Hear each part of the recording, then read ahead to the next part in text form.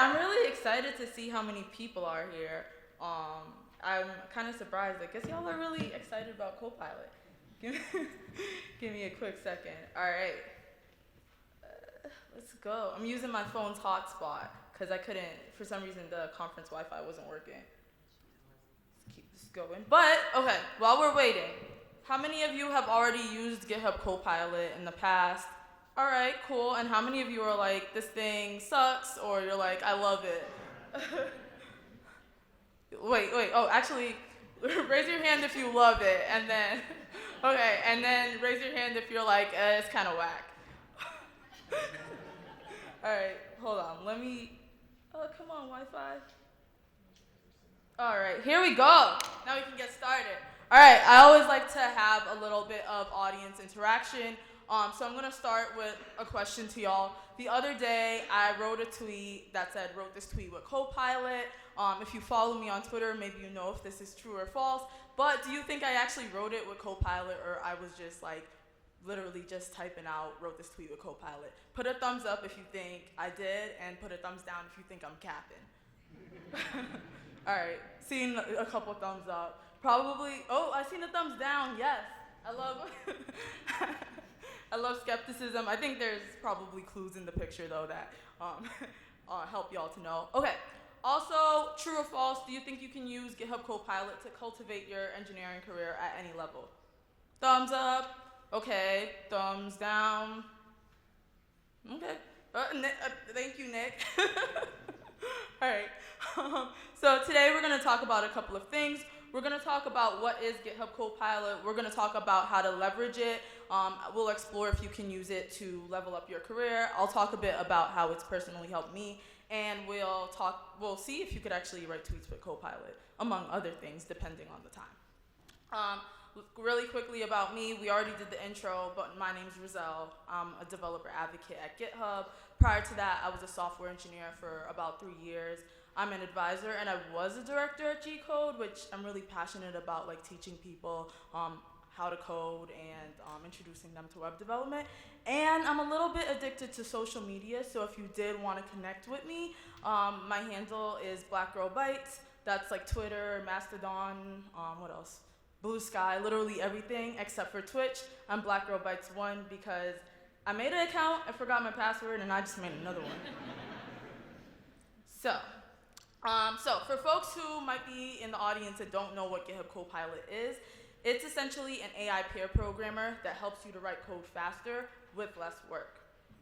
And when I've used it, like once I started getting used to using it, I was like, oh my gosh, it's reading my mind, it feels like magic. But of course, like it's not magic, and it's not reading your mind, and it won't always, like just being honest with people, it won't always spit out perfectly well-written code. Sometimes it has like more data from like an older API version, so maybe it'll spit out that, so just keep that in mind. But, also, if you're like, I'm still like having a hard time envisioning it, maybe you're not a programmer, I like to liken it to the Smart Compose feature in Gmail, where sometimes you start typing and you see some predictive text. So like we could see in that image below, somebody's writing to Jacqueline about Taco Tuesday, and they're like, hey Jacqueline, haven't seen you in a while, and then Smart Compose starts saying, and I hope you're doing well. That's the same user experience, except with code. And yes, it's not magic, so I'll explain a little bit what's happening. So under the hood, GitHub Copilot is drawing context from your comments and your code, and it's suggesting individual lines and whole functions instantly. It was powered by something called OpenAI Codex. I crossed it out. We'll talk a bit about Codex, and then I'll talk about what it's using now.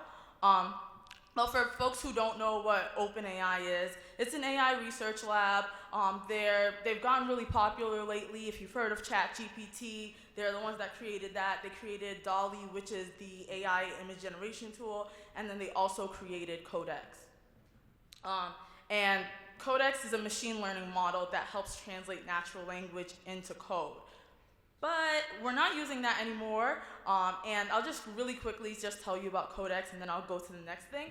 But Codex is a version of something called GPT-3, which stands for Generative Pre-trained Transformer 3, and that uses deep learning to produce human-like text. So for some people, when things like this came out, they were like really afraid. They're like, oh no. But like a lot of tools were already using GPT-3, like Duolingo was using it for grammar correction already. The biggest difference between GPT-3 and Codex is that Codex has been fine-tuned for programming. Now I'll talk about the new thing that we're using, which is Sahara. Basically, it's just the updated version, so it's based on GPT 3.5 Turbo, and it was originally trained in early 2022, and then we updated it in March 2023. So now we have like more accurate results. Okay, so for folks who have never like used generative AI or an LLM, we're gonna do like a little small interactive exercise, I guess. So I'm gonna go over to OpenAI's website. They have like a little playground that you could try out things if you wanted to like build your own application off this. So we're gonna try the movie to emoji converter. And basically what this does is it converts movie titles to emojis. So if we zoom in, I hope y'all can see that pretty clearly, but if we zoom in, we can see that they have some examples already. For example, for Back to the Future, we have a young man, an older man, a car, and a clock. Let's see what they generate for Star Wars. I'm gonna press submit. Come on, Wi-Fi. Okay, cool. Sometimes it gives me like a sword or something, but this time it's just stars and a galaxy. Can people give me like another movie to try out? Oh. Snakes on a Plane, and then what else? Wait. I'm gonna try Snakes on a Plane first and then hear what y'all said. This is also the time that we figure out that I haven't watched a lot of movies. Snakes on a Plane. Ooh, okay, I'm doing The Little Mermaid. I just watched that and with Hallie, and that was great. Okay, we have a snake and we have a plane, so that's perfect. Let's try Little Mermaid and see what they give us. Pulp Fiction? Okay, The Little Mermaid and Pulp Fiction. But that would be our last one because I want to be able to move on to the rest of this. Little Mermaid. All right, so, okay, we got a mermaid. Simple. Let's see what Pulp Fiction gives us. I've never watched it, so y'all gotta tell me if it's right. I don't know. Okay, it just gave me that. It was like, it doesn't know what Pulp Fiction is either. All right. All right, let's go back to the rest. But this just gives you an idea. Oh, actually, one more thing. I got a little carried away. If we weren't doing something like the emojis, and we just wanted to have it write code, we can do like a comment here that says, write a binary search algorithm, and submit, and hopefully what it will generate.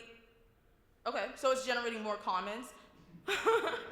Every time I actually present this, it does something different, but sometimes it does the right thing. Hold on, I'm actually gonna stop it and see if I be more specific.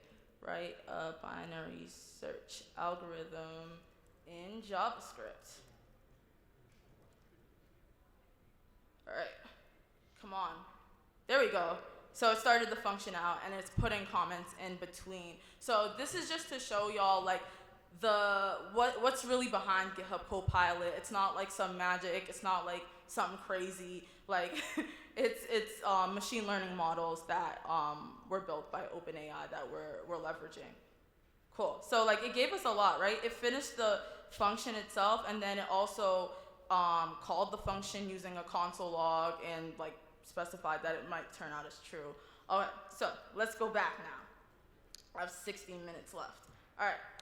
So we did this. I have videos just in case things don't pop up. Okay. So if now we understand like what was powering GitHub Copilot, I'm just going to talk really briefly about some of the features that Copilot has, and then we'll talk about like how to leverage it even more. So one of the features, which is the one I've been talking about the most, is predictive code. You write a comment or you start off a function and it starts filling it out for you if it has enough context.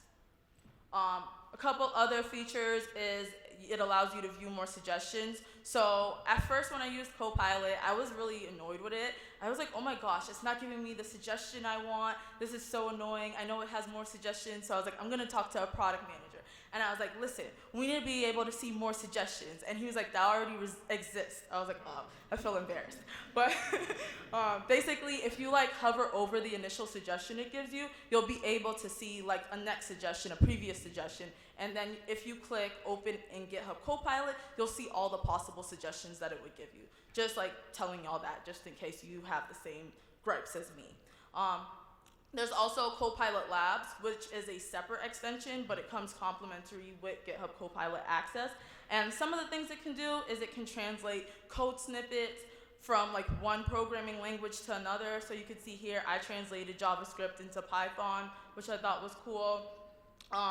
Also, it can give you an explanation of a code snippet. Let's say you're in a code base and you're like, what is this? Like you're new to a code base and it says like a comment that says, don't delete, we need this. But you're like, it looks ugly, what is it? So you can get like a little bit of like explanation here. So I'll zoom in a little bit on the explanation, and it says like, at first it declares two variables, low and high, which will be used to represent the start and end of a search. It'll initialize low to 0 and high to the length of array -1, and so on and so forth. I think it's helpful, especially if you're like not familiar with that programming language. Okay, so if you're like, this is kind of cool, where would I install it? Visual Studio Code, Visual Studio, JetBrains, NeoVim, you can install it in all of those places as an extension. If you're a NeoVim user, like go right ahead. All right, so y'all might be, oh, another thing too, I just added these in. People wonder, like, is GitHub Copilot just copying and pasting code from different repositories? So the suggestions are produced by, like the suggestions produced by the model are always synthesized by the model, but they're not never like copy and pasted directly from a repository.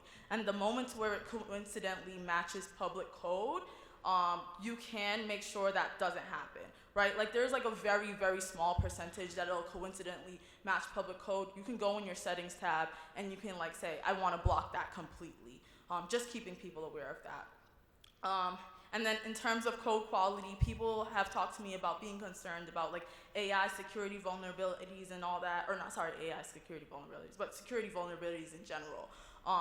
What we've done is we've implemented a feature that tests for like different things like SQL injections, cross-site scripting, and that reduces the chances of GitHub Copilot suggesting like unsafe code to you. Okay, so you might be like, girl, you talk for like a whole 10, 20 minutes about like what Copilot has, but like how is this really useful for me? So I want to hear from the audience a few things that are like your goals as a software engineer. Feel free to shout it out or raise your hand. Don't be scared. What'd you say? Write your test? Okay. Just like general, I'll start off. I'll let y'all know all of my goals, right? So my goals are, I want to code really fast and like have clean code. I want when like people give me a ticket, issue, whatever you call it, and I look at it, I give it back mad fast, and they're like, dang, Rizel is so smart, and she finished that mad quick. I'm like, yeah, I did. I want to be able to like write good documentation. I want to be a really good mentor and mentee, and I want to be able to gain understanding for new concepts really quickly. And I find that so far, Copilot has helped me to do that, and I wish I had it earlier on in my career, and I'll show y'all how. So some of the things, right, in terms of coding faster and cleaner, GitHub Copilot is really, really good at like recognizing patterns. It's good for like if you're using an API, if you're writing an API, if you're writing unit tests. I heard someone say that in the back. It's good for things like syntax. I have not Googled like how to do a regex thing for like a whole year just because of Copilot. Like I've just been like, dang, like I haven't been in a regex playground. I used to be spending like 30 minutes in there just to write one line. So I haven't done that in a while. And then it also helps, I know it's debatable if comments in your code are clean or not, but I think it is, and it helps me to like make sure I'm actually writing comments in my code so people can follow along. Because I think like if an AI can understand your code, then like a human could definitely understand it. So I'll tell y'all some of my personal experiences. I write really messy code, like just being honest. Like I'd be embarrassed for people to see it. If someone's gotta see it, I gotta like delete everything and refactor. I'm like, oh my gosh, don't want them to see. So when I joined GitHub in like late 2021, like early 2022, they're like, we want you to work with the VS Code team at Microsoft to build an extension. I'm like, why would I work with the professionals? Now they're gonna see. I'm like, they know how to build one. I don't wanna do it. But anyways, I still did it, and I was like really nervous for them to see my code. I used Copilot for it, and to my surprise, I got back a message from the principal developer advocate that was like, code is gorgeous, so easy to read and well commented. I was like, what? No way. So maybe like it was partly maybe I like was underestimating myself, but I also think GitHub Copilot did help me a lot because I wasn't familiar with the VS Code extension API. Here's some examples of the patterns that I talked about. My friend Mill Mike Dev on Twitter used GitHub Copilot to translate the words answer, question, and date into different languages, and all they were doing was putting in the language code, like FR for French and JP for Japanese, and GitHub Copilot is picking up on that pretty quickly. Also, I talked about regex. I'm writing a comment that says validate a phone number, and like I mostly pressed tab. Like I probably like started typing FUN, and then it just like did all of it for me.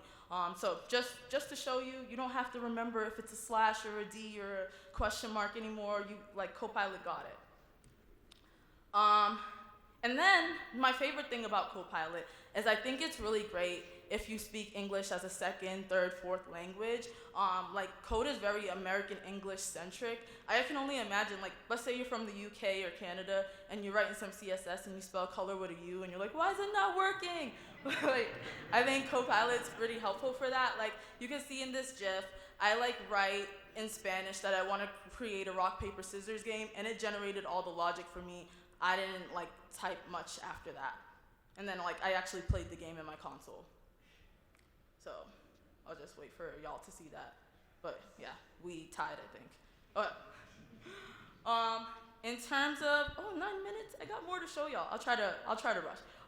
So in terms of using it for documentation, we don't really encourage it for things that are not code because it's been fine-tuned for coding. However, I have seen people use it for adding code snippets to their documentation. I think that's helpful because writing documentation is kind of tedious, to be honest, at least for me. So we have Hayden Barnes, who's my friend from Twitter as well, and he's using it to like write some some basic building prerequisites, and he says like how to install it on Ubuntu, and then he's like how to install it on SUSE, and GitHub Copilot already like knows the next step that they want. That he should do, and he's like, Copilot continues to blow my mind. We also have a principal developer advocate from Microsoft who admitted that he wrote half the static web app CLI documentation using GitHub Copilot, which is, I thought that was crazy. I also think it's helped me a lot in terms of like being a better mentor and mentee. When I like pair program with people, I get nervous. Like I just get really focused. I'm like, oh my gosh, they could see me spelling wrong and typing wrong, and then I forget about the logic. And I think it doesn't make me a really great pair programmer, but using GitHub Copilot has really helped to like have me focus less on writing the syntax properly and focus on the logic. And then on the flip side, when I do mentor people, like I've taught people like HTML, CSS, React, JavaScript, all that, and then they go and get jobs, and they're like, yo, can you help me with C#? I'm like, I do not know how to write that. But I use like Copilot Labs to essentially translate the language into something that I understand, so I'll be able to better guide them. And then really quickly, it also helps me with getting context for new concepts. I don't know, this might be controversial, but I used it for studying for interviews. Sometimes, for me, sometimes I'm doing leak code, and then all of a sudden, I'm watching Netflix instead. Once it gets stuck, I'm like, ugh. But it's helped to keep my momentum. If I get stuck, I like use GitHub Copilot. I'm like, what do you think the answer is? I read how it got to that, and then I delete it, and I try to like challenge myself to solve it in my own way. So at least that helps to keep my momentum going and helps me to learn. Helps me in navigating a new code base. I talked about that a lot with using Copilot Labs to understand little code snippets in the code base when you're like, what is this? And it also helps me with demos as a developer advocate. A lot of times I have to do demos and in languages I don't know, with technologies I've never used. And they're like, oh, gotta do this in like an hour. And I'm like, oh, okay. So here's an example. Back when the Twitter team was owned by somebody else, Basically, the Twitter team was like, hey, we want you to show Copilot using Tweepy. And I was like, okay, cool, but apparently Tweepy is a Python library, and I don't know Python, so I started getting really nervous. But I tried out the demo on my own, and within 30 minutes, I figured out how to do it, and that's why I was like tweeting, I don't know how to write Python. And I don't know if y'all remember this meme, but Usher always goes like, watch this, in the Tiny Desk NPR thing. All right, so we're gonna try to write a tweet with GitHub Copilot. So let's do it. Hopefully the Wi-Fi is on my side. All right, so hopefully y'all can see that. I'm gonna just write a comment that says, actually I'm gonna say send a tweet to Twitter with the Tweepy library. Cool, I think it's used to me doing this. Import. Then I want to import OS. So Tweepy is the library I want to use, and then OS I want to use because I've saved my code space secrets in here, rather than like creating an environment variable. So just a little side note for y'all. So let's see. I'm just gonna keep tapping and see what happens. Okay. Hopefully this is right. Okay, I want to create a variable. I'm going to say tweet equals, okay, I wrote this tweet with Copilot, and I'm at RenderATL. And then send tweet. Oh, we're not going to send the tweet. Okay, there we go. And print the response. And we're going to save it, and I'm going to run this. Oh, so when I was practicing. Send tweet.py. Oh, I printed the wrong thing. I think it probably worked though, so we can go check my Twitter. So that's another thing. If you're using Copilot, double check what it generates, just as you would with like a real human developer. You would like double check. I like trusted it too much, but let's see if it actually tweeted it out for me and if it worked. Hello? Send a tweet. Let me check my phone. Oh, there we go. Here it is. And somebody already liked it. Thanks, y'all. All right. Cool.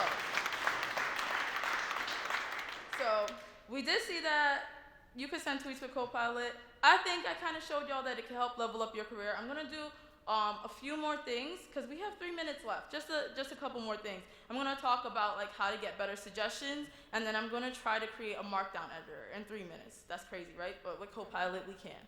Okay.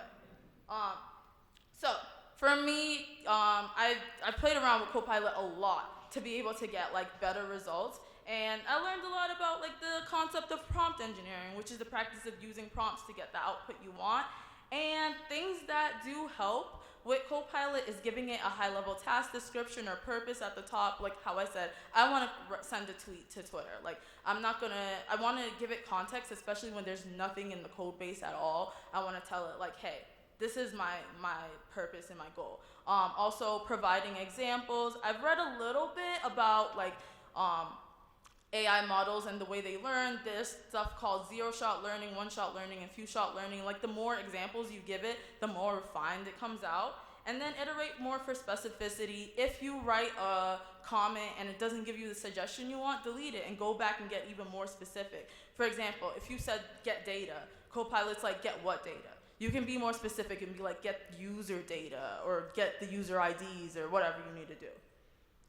Some other tips are having consistent naming conventions, so GitHub Copilot's able to follow along with the pattern. If you're using snake case or camel case or whatever, like keep that up. And also, people don't know, and a lot of these, just to let y'all know, may change over time because AI is moving so fast. Copilot's moving fast as well. But for now, one thing that's been really helpful is keeping a tab of relevant files opened for myself. So like if you've defined a function in one like file, leave that open in your editor and then open a new file. It'll be able to reference that other one or that function that you defined. And then use good coding practices as well. That's always important.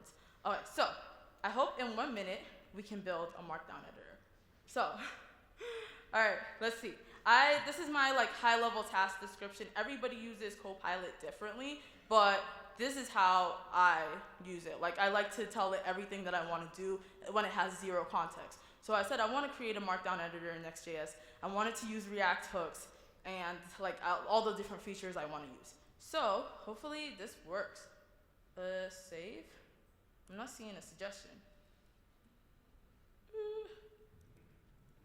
Come on, Copilot. If not, I got disconnected. Dang it.